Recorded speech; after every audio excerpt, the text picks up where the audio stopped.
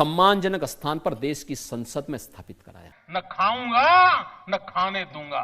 नहीं, टक्कर वाला तो हम टक्कर वैसे भी नहीं लेना चाहते किसी की। लाल चौक पर तिरंगा फहराने के लिए हम सब भी गए थे। अत्याचारों ऊंच नीच का भाव हो। 2027 यानी यूपी के भावी मुख्यमंत्री कौन होगा, इसको लेकर के पूरी बाजार गर्म है। यानी चर्चा बहुत तेज हो चुकी है और मात्र महज कह सकते हैं 2 साल की दरकार है और मुख्यमंत्री का चेहरा का नया इंतजार है। क्या कुछ बदल सकता है या योगी जी अब बुलडोज़र बाबा नहीं कहलाएंगे या फिर माफियों की लगाम कसने वाला कोई और आ जाएगा।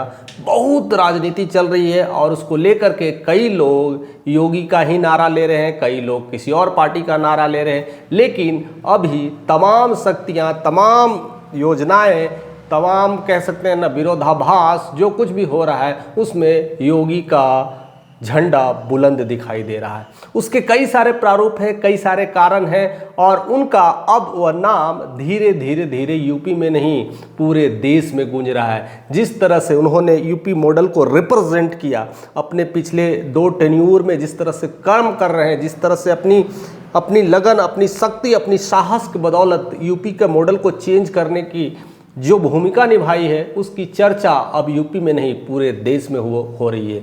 ऐसे ही चर्चा गुजरात मॉडल की हुआ करती थी कि एक समय था गुजरात मॉडल की चर्चा पूरे देश में होने लगी थी और उसी का नेतृत्व में प्रधानमंत्री मोदी निकल करके आए थे और यही नेतृत्व, यही झलक, यही बुनियाद अब यूपी के मॉडल को दिखने लगा है। और यूपी के मॉडल के बाद अगर कोई चेहरा निकल के आता है तो योगी आदित्यनाथ उर्फ बुलडोज़र बाबा है। यानी हालांकि उन्होंने कितने बार बयानों में कह दिए 2027 के लिए मैं कुछ भी नहीं कहना चाहता कि मुझे मुख्यमंत्री बनाइए नहीं कि नहीं, मैं तो अपना गोरखधाम रहना चाहता हूं, वहीं मठ पे सेवा करना चाहता हूं, हिंदुत्व को रिप्रेजेंट करूंगा, ऐसे तमाम बातें उन्होंने कह दिए हैं। लेकिन एक्स के माध्यम से लोगों ने उनकी कई सारी ऐसे चीज़ें लिख दिए हैं कि उन्हें भी सोचना पड़ेगा कि अब तो दिल्ली जाना पड़ेगा और कहीं ना कहीं अब उनकी मांग अब प्रधानमंत्री के रूप में भी होने लगी है। हालांकि मामला अभी यूपी के सीएम को लेकर के है कि यूपी के सीएम क्या पद वो रखेंगे कि नहीं रखेंगे, इसकी एक झलक समझने की कोशिश करते हैं। जिस तरह से यूपी का जो महाकुंभ की वजह से उन्होंने कई सारी इकोनॉमी को कई गुना बना दिया है, कई सारी चीज़ों को चेंज कर दिया है। अयोध्या के पॉलिटिक्स ने उन्हें किस लेवल पे रिप्रेजेंट कर दिया है। स्टार्टिंग में तो अयोध्या को लेकर के उन्हें अयोध्या की ही सीट से हार पड़ी थी, इसको लेकर के भी बहुत मामला गर्म आया था और कह रहे थे कि योगी ने कहीं ना कहीं लोगों को सताया है, गरीबों को उड़ाया है, मुसलमानों को गिराया है और माफियों को तो तहस नहस किया है, तो सब जग जाहिर है। इसको लेकर के कहीं ना कहीं लोग उनके खिलाफ हो गए थे।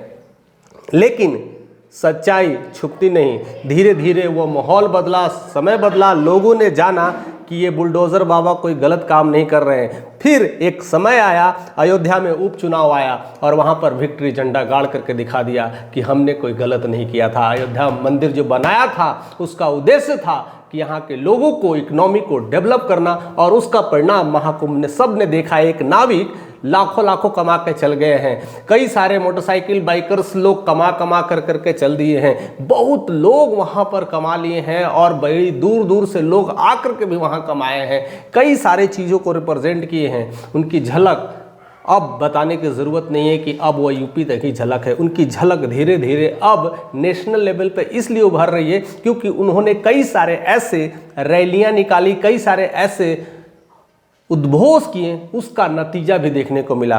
दिल्ली में उन्होंने 14 रैली निकाली, 14 सीटों की रैली निकाली, जिसमें उन्होंने 11 सीट पर विजयी घोषित करवा दिया अपने क्लाइंट को, अपने कह सकते हैं अपने प्रत्याशी को। यह अपने आप में एक बड़ा जनसैलाब है। इससे पता चल जाता है कि योगी का लेवल अब यूपी तक नहीं रहा, अब वह दिल्ली के धरातल पर आ चुकी है। उसके बाद महाराष्ट्र में भी 12 सीटों पर उन्होंने प्रचार प्रसार किया और 11 सीट उठा के लेके चल गए। उसके बाद जम्मू में 4 सीटों पर प्रचार किए, चारों के चारों सीट उन्होंने क्लिक करवा दिया। और यूपी उपचुनाव जब हुआ था उन्होंने 9 सीटों पर प्रचार प्रसार किया था और 11 सीट जीत गए थे। और अयोध्या का मिल्कीपुर तो पता ही, उपचुनाव में उन्होंने ग्रीन सिग्नल दिखा दिया था। इससे लेकर के पता चलता है ईस्ट वेस्ट नॉर्थ साउथ हर जगह योगी का झंडा अब बुलंद हो रहा है। अब लोग कहीं ना कहीं उन्हें अब एक यूपी के मुख्यमंत्री के तौर पर नहीं, एक देश के प्रधानमंत्री के तौर पर देखने लगे हैं। और उनके जैसा कोई विकल्प नहीं है और उनके जैसा कोई अभी कोई दमखम और एक अच्छा नेतृत्व करता नहीं है। जिस तरह से अगर देखा जाए माफिया डर करके बिल में छुप जाती है और उसी तरह से वह अंदाज में बोलते हैं कि जब जो कानून के सहारा लेकर के कोई ऐसी गलती करेगा तो हमारे पास भी उससे बड़ा कानून है, हम उसी कानून से उसको वहीं ठोकेंगे। और ऐसी बात करते हैं और सफाया करते हैं, कहते हैं टिट फॉर टैट, जैसे को तैसा, जो जिस भाषा में जवाब देता है हम उसको उसी भाषा में मार देंगे। यानी माफिया लोग डरे हुए हैं, अभी बिल में छिपे हुए, किसी न किसी तरह से कोई गलती कर दे या निकलने की कोशिश कर दे, उसको उसी भाषा में जवाब दे करके वहीं सलटा देते हैं। और कहीं न कहीं इसलिए वो ज़्यादा हाईलाइट रहते हैं। अभी तो बुलडोज़र बाबा के नाम से काफ़ी विख्यात है, हर कोई बुलडोज़र बाबा के नाम से जाने जाते हैं। और देखिए उनका असर धीरे धीरे अब भारत में भी पड़ने लगा है। नागपुर में भी बुलडोज़र का आतंक चलने लगा है और कई घरों में बुलडोज़र चलाना शुरू कर रहे हैं। लेकिन उनका एक मकसद है, कहते हैं कि मैंने बुलडोज़र ऐसे नहीं चलाया है, मैंने जहां पर गलत है, जहां पर अवैध तरीके से काम हुआ वहीं पर बुलडोज़र चलाया है, मैंने गरीबों के घर बुलडोज़र नहीं चलाया है।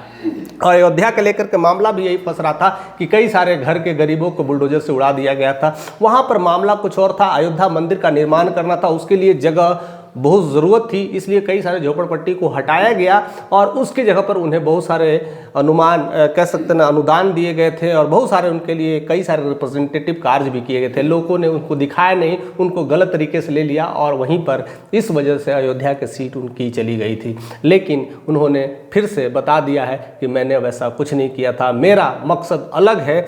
और कई बार अभी भी इस सपा के लोगों ने कई बार घेरने की कोशिश की है कि ये बुलडोज़र बाबा कुछ नहीं छोड़ेंगे, हर तरह से नुकसान पहुंचा रहे हैं, मंदिर बनवाने के लिए मस्जिदों को तोड़ रहे हैं, मुसलमानों के लिए खतरा बन चुके हैं, हिंदुत्व को खाली बात करते हैं। उसका भी वह जवाब कड़ी कड़ी चुनौतियों के साथ देते हैं, भरे मंच पे देते हैं और कहते हैं मुझे किसी बात का मलाल नहीं है। मेरे यूपी में जितने मुसलमान सुरक्षित हैं उतने तो पाकिस्तान में भी सुरक्षित नहीं है, उतने तो बांग्लादेश में नहीं सुरक्षित है। ऐसे बात जब बेबाक जब बोलते हैं तो सारे मुस्लिम समुदाय सन्न हो जाता है, चुप हो जाता है, उनके जवाब कोई नहीं दे पाता है। और कहते हैं अगर 100 मुस्लिम का घर है उसमें अगर 50 हिंदू है तो सुरक्षित महसूस नहीं करता है, लेकिन अगर 100 हिंदू का घर है उसमें अगर एक मुस्लिम का भी घर है तो सुरक्षित महसूस करता है। ऐसा है यूपी का माहौल, ऐसा है बुलडोज़र बाबा का सैलाब, ऐसा है उनका रुतबा और इसीलिए वह सही कामों के लिए जाने जाते हैं। इसलिए मुसलमान लोग उनसे सुरक्षित महसूस करते हैं और कहीं ना कहीं वह सियासी में अब छा चुके हैं और लोग उनका धीरे धीरे नाम लेना शुरू कर दिए हैं, लोग उन्हें पहचान बनाना शुरू कर दिए हैं। और सबसे बड़ी बात कि जो मुसलमान मोहल्ले वाला मुसलमान तो होते थे जो उनके खिलाफ थे, अब उनकी जय जयकार कर रहे हैं, क्योंकि समझ देर से ही आती है। स्टार्टिंग में पता नहीं चलता है कि हमारे लिए कोई काम कर रहा है, कि हमारे लिए कोई साजिश कर रहा है, लेकिन इतने टेन्यूर करते करते अब लोगों ने समझ लिया, इवन मुसलमानों ने भी समझ लिया ये हमारे हित के लिए कर रहे हैं। यही एक ऐसा नेता है जो सिर्फ और सिर्फ मुसलमानों के नहीं और हिंदुओं की बात नहीं करता, ये सारे जाति धर्मों की बात करता है। देखिए आज तमिलनाडु में क्या हो रहा है, हिंदी को लेकर के लड़ाई हो रहे हैं, अपना खुद हिंदी हटा करके अपना तमिल भाषा को लेकर के एक अलग ही मुद्दा उठा दिए, उसको लेकर के भी बोलते हैं। ये सब क्या लड़ाई है, ये सब लड़ने के लिए? अरे यार एक बार देश के लिए सोचो, खाली राज करते रहते हो।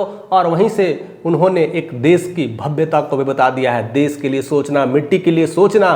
और इसलिए कहते हैं मेरे यूपी के यूनिवर्सिटीज़ में हर भाषा की पढ़ाई होती है, चाहे तमिल हो, मलयालम हो, तेलुगु हो, हर भाषा की पढ़ाई कराते हैं। मैंने कभी भी लैंग्वेज को लेकर करके अपने भारत को बांटने की कोशिश नहीं की है। और जो लोग ऐसे बांटने की कोशिश करते हैं उन्हें ज़रूर सोचना चाहिए, उन्हें अपनी इस सरजमी से उठ करके एक भारत को देखना चाहिए। जिस दिन उन्होंने देखना शुरू कर दिया तो समझ जाएंगे मेरे इरादे नेक नहीं थे। कई सारे लोग अपनी रोटियां सेकने के लिए ऐसे ऐसे काम करते हैं, कई सारे लोग ऐसे ऐसे काम करते हैं।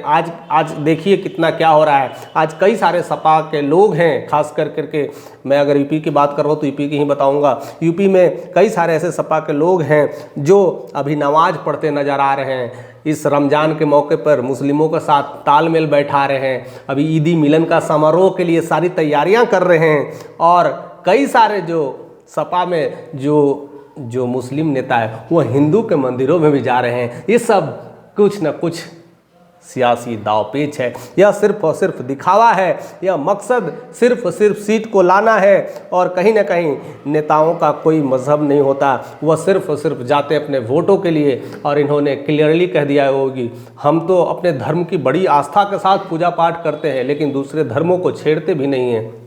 और यही होना चाहिए, किसी को लेकर के मज़हब और जाति के लेकर के मजाक नहीं उड़ाना चाहिए। हमें बस अपने धर्मों को काम करना चाहिए और बाकी धर्मों को भी सुरक्षित रखना चाहिए। और इसी वजह से योगी का नाम अब तेज़ी से शुमार हो चुका है और धीरे धीरे अब वो मुख्यमंत्री के रूप में नहीं, प्रधानमंत्री के रूप में भी रिफ्लेक्शन हो रहा है। फिलहाल आप उनके बारे में क्या सोच रहे हैं? ऐसा रिफ्लेक्शन कतई कितना दूर तक जाएगा?